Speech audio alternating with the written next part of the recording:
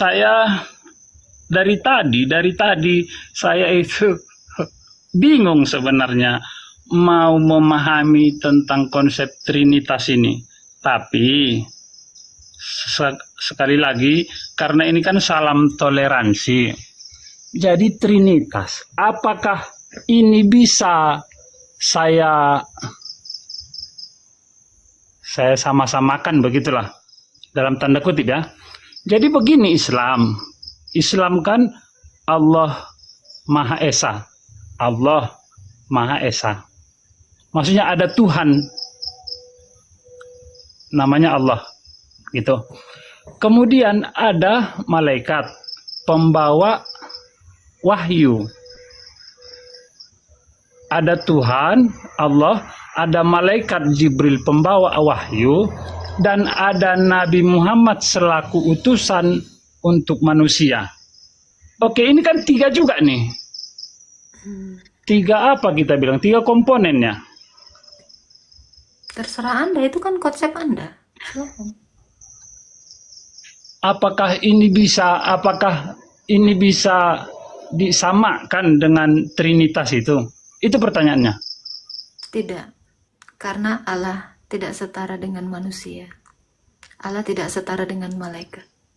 Kalau Anda menarasikan seperti yang Anda sebutkan, Allah, Muhammad, dan Jibril, itu bukan Tritunggal. Karena Tritunggal itu adalah satu Allah.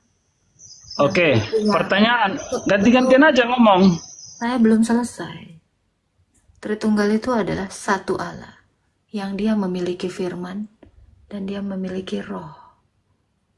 Itulah yang disebut Bapa di dalam firman, firman di dalam roh, dan roh di dalam Bapa. Itu Tritunggal.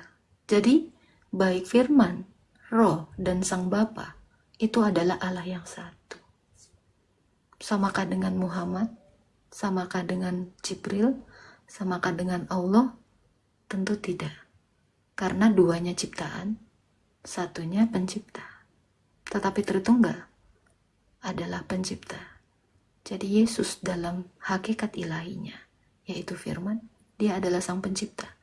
Roh Kudus itu adalah sang pencipta bersama-sama dengan sang Bapa. Itu jawaban saya. Silakan, Pak. Oke, jadi Trinitas itu tadi berarti 3 harus kita bilang ini 3 ya? Atau gimana? Ini Anda 3 tidak berarti. mendengarkan jawaban saya. Anda dari tadi tidak menangkap apapun yang saya lihat. Kemampuan Anda menangkap sangat lemah. Beda. Kalau saya nanti menjelaskan tentang apa yang saya pahami, tidak juga Mbak bisa menangkapnya. Makanya dijawab sesuai pertanyaan saja. Itu sudah saya jawab. Pertanyaannya, apakah 3 itu 1? 3 dalam 1. Berarti 3-3-nya Tuhan. 3 dalam 1. Anda tahu 3 dalam 1? Sama seperti roh saya. Enggak, maksudnya gini loh. Nih, Anda kayaknya seperti anak bayi yang perlu analogi ya. Saya kasih tahu. 3 dalam 1 itu seperti roh saya, seperti suara saya, dan tubuh saya. Ini 3 yang berbeda, namun 1. Anda lihat saya 1? Karena badan saya di dalam roh saya di dalam badan saya, suara saya di dalam badan saya, dan di dalam nafas saya. Ini yang namanya Tritunggal. 3 dalam 1. 3 keberadaan dalam satu hakikat. Saya hakikat manusia, sang Bapa itu adalah Allah, firman-Nya itu Allah, rohnya Allah, sudah pasti Allah. Saya terlalu pelan, Anda tidak menangkap. Saya rasa Anda butuh spingomielin lebih banyak, supaya saraf Anda agak terhubung dan cepat menangkap. Atau Anda boleh minum minyak ikan. Silakan para. Bukan tidak menangkap, saya juga sering loh minum kopi. Mbak sering minum kopi? Apa pertanyaan Anda? Di kopi itu ada air, ada kopi dan ada gula. Tapi saya tadi bukan nanya itu. Saya tanya, tiga itu, tiga-tiganya Tuhankah? Itu. Ketiganya satu dan satu Allah. Itu jawaban saya tadi. Kalau Anda menganalogikan kopi, sekarang saya tanya, kopi itu bisa menyatakan dirinya kopi? Sekarang saya tanya, Bisa. apakah kopi itu bisa bergerak sendiri? Itu Bisa. adalah yang mati. Bagaimana kopi menerangkan dirinya kopi? Baik, ini kopi. Silakan tanya kopi saya ini. Silakan bertanya kepada kopi saya. Ya, makanya saya bilang seperti analogi saya. Tritunggal yang saya sebutkan adalah Allah yang hidup, yang memiliki kesadaran. Anda tahu kesadaran, sadar, hidup. Berbeda dengan kopi yang Anda maksud. Makanya saya tanya, kopi Anda bisa bergerak sendiri tidak? Dan demikian akan saya tanya, apakah Allahmu yang satu memiliki nafas, memiliki firman? Silakan dijawab. Silakan Pak.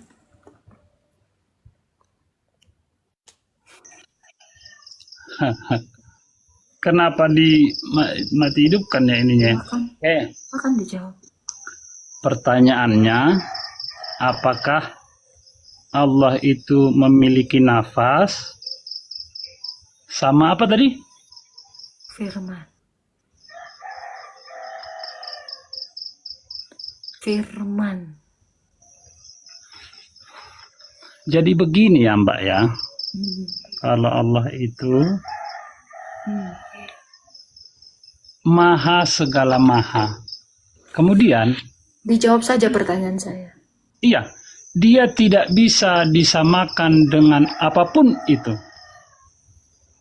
Jadi kalau Mbak bilang dia punya tangan, dia punya napas, dia punya mata, Saya dia tidak punya nanya tangan Pak, jangan tambah narasi saya. Apakah Oke. Allahmu memiliki nafas atau roh?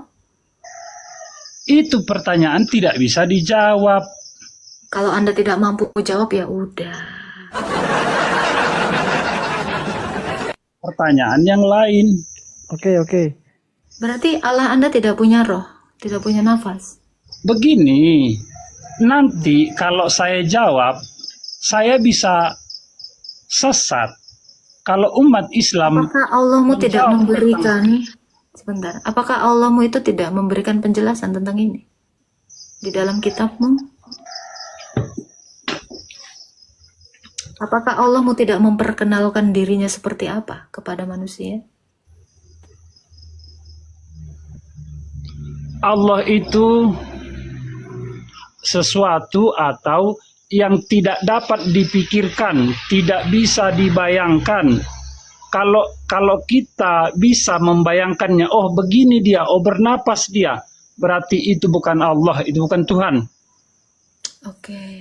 Tidak terlintas di dalam hati. Kalau tidak. pernah terlintas di dalam hati, Allah itu agak begini, berarti itu bukan Allah. Pak, sekarang saya tanya Anda Pak. Bisa tidak saya memberikan gelas kalau saya tidak punya gelas?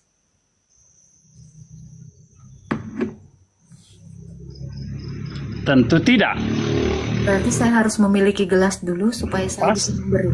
Pasti. Itu Karena Mbak ini namanya garam madu. Baik. Bukan itu Tuhan. Itu logikanya. Bisa nggak Allahmu yang tidak tahu bernapas atau tidak memberikan nafas kepada manusia? Apapun bisa dia lakukan. Logikanya, kalau Allahmu tidak punya napas, mungkin tidak dia memberikan napas kepada Adam. Kenapa? Kenapa dibilang nggak ada napasnya? Makanya tadi pertanyaan saya, apakah Allah memiliki nafas? Kan Anda tidak bisa menjawab. Anda tadi sudah mengatakan, ini tidak bisa dijawab. Itu 1.200 orang mendengar. Ya itu logika. Kalau Anda mau pakai logika, saya tidak bisa mungkin memberikan permen kalau saya tidak punya permen. Seperti itu. Oke. Anda harus mengenal Allah Anda dulu, supaya saya pun ketika memperkenalkan Allah saya, Anda tidak kaget. Anda hanya Saya mau tanya, udah keluar orangnya tadi ya?